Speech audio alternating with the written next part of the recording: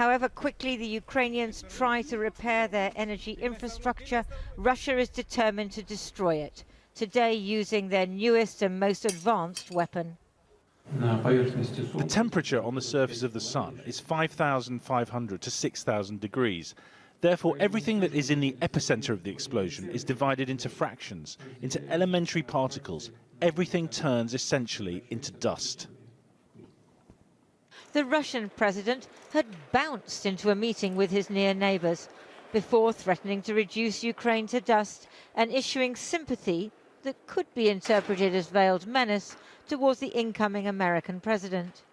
You know, and I think that you as well, were most struck by the fact that entirely uncivilized methods were used against Trump, including attempted murder, and more than once. By the way, in my opinion, he is not safe now either. We're ready. The president-elect has nominated 80-year-old General Keith Kellogg as his envoy for Ukraine and Russia. Despite recommending that the battle lines be frozen, General Kellogg is regarded as more sympathetic to Kyiv than other potential candidates. Meanwhile, in Mykolaiv, they were queuing for water after the city's power stations were struck. Ukraine said Russia used 91 missiles and 97 drones in the early hours of this morning, 12 of which hit their targets, mostly energy and fuel facilities. There's no power. Public water stations aren't working. I checked 5, and only this one here is working. One was attached to a power generator, but it didn't work anyway. Generators hummed in Lviv, where 500,000 people are without power. And in Kyiv, families clustered in the underground, just as they did in the early days of the war. President Putin has made it clear that Ukrainian civilians will suffer for the American, British and French boosting of Ukraine's ability to hold, if not improve, its position before President Trump comes to office. The recent authorization for long-range strikes on military facilities in Russia helped. But the pressure on Russia must be maintained and increased at different levels, so that Russia feels what war is. Residents of Nerobaiska near Odesa are certainly feeling what war is. They took a direct hit today. Ukraine needs better air defenses, more soldiers and Western weaponry.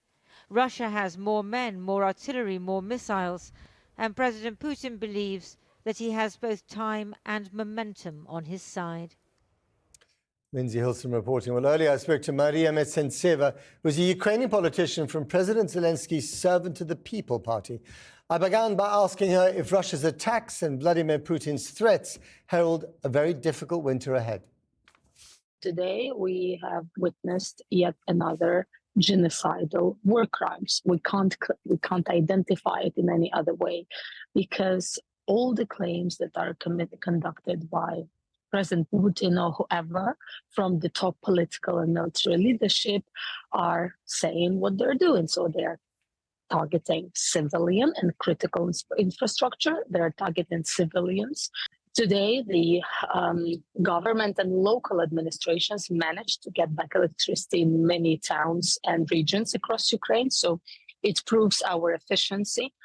But this is not the most pleasant thing to witness, I must say. Is the danger here that the kind of longer-range missiles that you're now allowed to use by the Americans on Russian targets are not really fundamentally changing the war in your favor, but are provoking a much stronger response from the Russians? And that ultimately means that you're losing out in this. No, we are definitely winning with this decision. We're very much long-awaited decision. I definitely know supported by British people, and not only the French and others.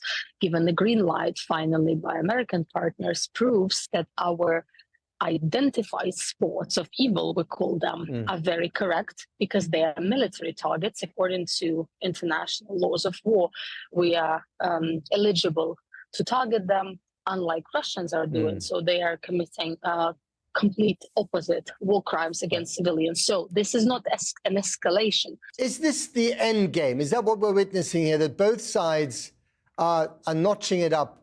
Because when President Trump becomes president, He has promised that he'll try to broker some kind of peace very quickly. So are both sides trying to get as much territory, inflict as much damage as possible before the end of January? Matthew, I must say the question itself sounds a little bit absurd because we are at sovereign territory of our homeland, trying to actually regain back our territories. In Russia, what Russia is doing is trying to, get our territories under their control. But Maria, there's no one I've met in the United States or indeed outside the US, even those who support you in your cause, who thinks that realistically you're going to get any of the territory back that's been occupied by Russia. Well, we have proven with various operations, like one of most successful operation called by American Institute of War, Kharkiv Liberation Operation, Kherson Liberation Operation, that we are able to do that when we have enough means of weapons and not only. So I think when all sanctions would be working, when just peace can be implemented by various decisions of punishing the war crimes, we can reach that as well. But finally and briefly, if there is no formal path towards NATO membership, if there's not even an invitation to join NATO, but there are other things in discussion, is that enough? Could that be something that President Zelensky could sell to his own people? Well, it's not a trade, it's a very brutal aggression which we withstand daily. And support for Euro-Atlantic integration, both EU and NATO membership are enshrined in our constitution, but most importantly, supported in many regions, over 90% of the population. So I think we should rely on this opinion. Okay. Maria Metsenseva, thank you very much indeed. Thank you.